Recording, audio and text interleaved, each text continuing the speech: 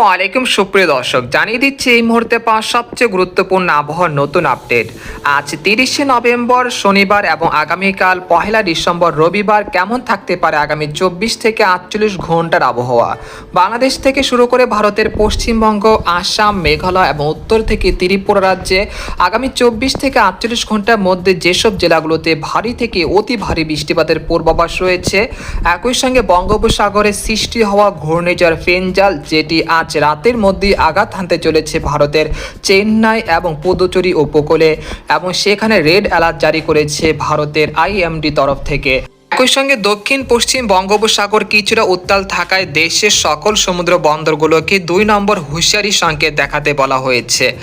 এবং আজ রাতে এবং আগামীকাল দেশের 2-1 স্থানে গুড়ি গুড়ি বৃষ্টিপাতের পূর্বাভাস জারি করেছে বাংলাদেশের আবহাওয়া দপ্তর তরফ থেকে, এবং ভারতের আলিপুর আবহাওয়া দপ্তর থেকে দক্ষিণবঙ্গের কলকাতা সংলগ্ন যে জেলাগুলো রয়েছে সেখানেও ভারী বৃষ্টিপাতের পূর্বাভাস রয়েছে। এবং এই বৃষ্টিপাত কতদিন পর্যন্ত চলমান থাকতে পারে এবং কোন কোন জেলাগুলোতে হতে পারে জানতে হলে ভিডিওটি প্রথম থেকে শেষ পর্যন্ত দেখতে থাকুন। আর আপনি কোন জেলা থেকে আমাদের আবহাওয়ার খবরটি দেখছেন, আপনার জেলার নামটি আমাদের কমেন্ট বক্সে জানিয়ে দিবেন। আর সবার আগে সবার প্রথম সঠিক আবহাওয়ার খবর জানতে আমাদের চ্যানেলটিকে সাবস্ক্রাইব করে রাখুন। এবার জেনে নেওয়া যাক এক নজরে। আমরা সরাসরি ইউরোপিয়ান আবহাওয়ার যে মেঘের বার্তা রয়েছে সেখানে আমরা চলে আসলাম।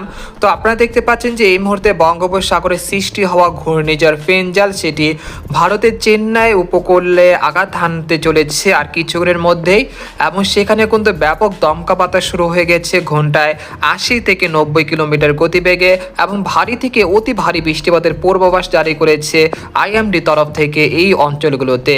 আর এর অগ্রভাগের যে মেঘগুলো সৃষ্টি হচ্ছে, এর ফলে আপনারা দেখতে পাচ্ছেন যে ভারতের দক্ষিণ উড়িষ্যা, একই সঙ্গে কলকাতা সংলগ্ন যে জেলাগুলো রয়েছে কলাঘাট, উত্তর ও দক্ষিণ 24 পরগনা, পূর্ব পশ্চিম মেদিনীপুর, আরামবাগ, চন্দননগর, বর্ধমান, শান্তিপুর, তারপর হচ্ছে খড়গপুর, এখানে রয়েছে বানকরুলিয়া, তারপর হচ্ছে দুর্গাপুর, কাটোয়া, তারপর বর্ধমান, এই অঞ্চলগুলোতে বিক্ষিপ্ত আকারে হালকা গুড়ি গুড়ি বৃষ্টিপাতের দেখা মিলছে আজ সকাল থেকে। একই সঙ্গে আজ রাতেও বিক্ষিপ্ত আকারে গুড়ি গুড়ি বৃষ্টিপাতের সম্ভাবনা রয়েছে এই জেলাগুলোতে।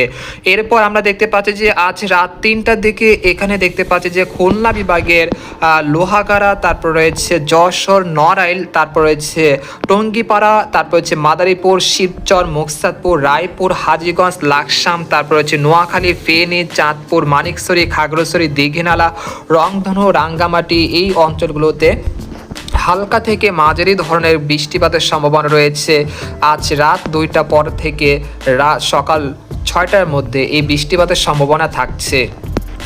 তো আপনারা দেখতে পাচ্ছেন যে সকাল 6টার মধ্যে কুমিল্লা, তারপর হচ্ছে চাঁদপুর, নোয়াখালী, তারপর রয়েছে মতিরহাট, তারপর রয়েছে ফরিদগঞ্জ, তারপর হচ্ছে পদ্মা নদীর তীরবর্তী অঞ্চলগুলোতে বিক্ষিপ্ত আকারে গুড়ি গুড়ি বৃষ্টিপাতের সম্ভাবনা রয়েছে, এবং এই বৃষ্টিপাত আজ রাত পরই এরকম দেখা মিলতে পারে খুলনা, বরিশাল, চট্টগ্রাম, তারপর ঢাকা বিভাগের বেশ কয়েকটি জেলায়। আর এই যে ঘূর্ণিঝড়টি সৃষ্টি হয়েছে, এর দূরবর্তী প্রভাবে দেশের সকল সমুদ্র বন্দরগুলোকে 2 নম্বর হুঁশিয়ারি সংকেত দেখাতে বলা হয়েছে, এবং যারা মাছ ধরার ট্রলার নিয়ে বঙ্গোপসাগরে যেতে চাচ্ছেন তাদেরকে উপকূলের কাছাকাছি থেকে সাবধানে চলাচল করতে বলা হয়েছে। এবং এই যে সতর্ক সংকেত জারি করা হয়েছে সেটা আগামী 2রা ডিসেম্বর পর্যন্ত চলমান থাকতে পারে। এরপর দুপুরের দিকে এই সতর্ক সংকেত নামিয়ে ফেলা হতে পারে, তখন আপনারা মাছ ধরা ট্রলার নিয়ে সমুদ্রে যেতে পারেন, কোনো সমস্যা হবে না ইনশাল্লাহ। তো আপনারা দেখতে পাচ্ছেন যে আগামী 24 থেকে 48 ঘন্টায় যেসব জেলাগুলোতে সর্বোচ্চ বৃষ্টিপাতের সম্ভাবনা রয়েছে সেই জেলাগুলো আপনাদেরকে এক নজরে দেখিয়ে দিচ্ছি। তো এখানে দেখা যাচ্ছে যে ভারতের আরামবাগ, চন্দননগর, হাবড়া, তারপর হচ্ছে চান্ডুয়া, পান্ডুয়া, তারপর হচ্ছে এখানে রয়েছে পূর্ব পশ্চিম মেদিনীপুর, এই অঞ্চলে 2-1 স্থানে প্রায় 12 মিলিমিটার পর্যন্ত হালকা মাঝারি বৃষ্টিপাতের সম্ভাবনা রয়েছে। আর এদিকে রয়েছে খুলনা, মাদারীপুর, তারপর হচ্ছে ফরিদগঞ্জ, তারপর হচ্ছে মতিরহাট, কুমিল্লা, খাগড়াছড়ি, মানিকছড়ি, এই অঞ্চলগুলোতে হালকা গুড়ি গুড়ি বৃষ্টিপাতের সম্ভাবনা দেখা যাচ্ছে ইউরোপিয়ান আবহাওয়ার যে মেঘের যে বার্তা রয়েছে সেখান থেকে আপনারা দেখতে পাচ্ছেন। আপনাদেরকে আরেকটি খবর জানিয়ে দেব যে আগামী এই যে বৃষ্টিপাত চলমান রয়েছে, যে মেঘলা আকাশ পরিস্থিতি রয়েছে, সেটা কবে নাগাদ উন্নতি হতে পারে। আগামী 2রা ডিসেম্বর থেকে এই যে পরিস্থিতি রয়েছে মেঘলা আকাশ, সেটা কিন্তু আগামী 2 ডিসেম্বর সোমবার থেকে উন্নতি হতে পারে এবং 3রা ডিসেম্বর থেকে আবহাওয়া পরিস্থিতি স্বাভাবিক হয়ে আসতে পারে ইনশাল্লাহ। একই সঙ্গে রোদ ঝলমলের আকাশে দেখা মিলতে পারে দেশের দক্ষিণাঞ্চল এবং মধ্যাঞ্চলে। তবে এর ফাঁকেই আপনারা দেখতে পাচ্ছেন যে রংপুর বিভাগের বেশ কয়েকটি জেলার তাপমাত্রা কিন্তু অনেকটাই নেমে গেছে, অর্থাৎ সেখানে সর্বনিম্ন তাপমাত্রা রেকর্ড করা হয়েছে 11 থেকে 12 ডিগ্রি সেলসিয়াসের আশেপাশে, অর্থাৎ বেশ ঠান্ডা অনুভূত হচ্ছে এই অঞ্চলগুলোতে রংপুর বিভাগের।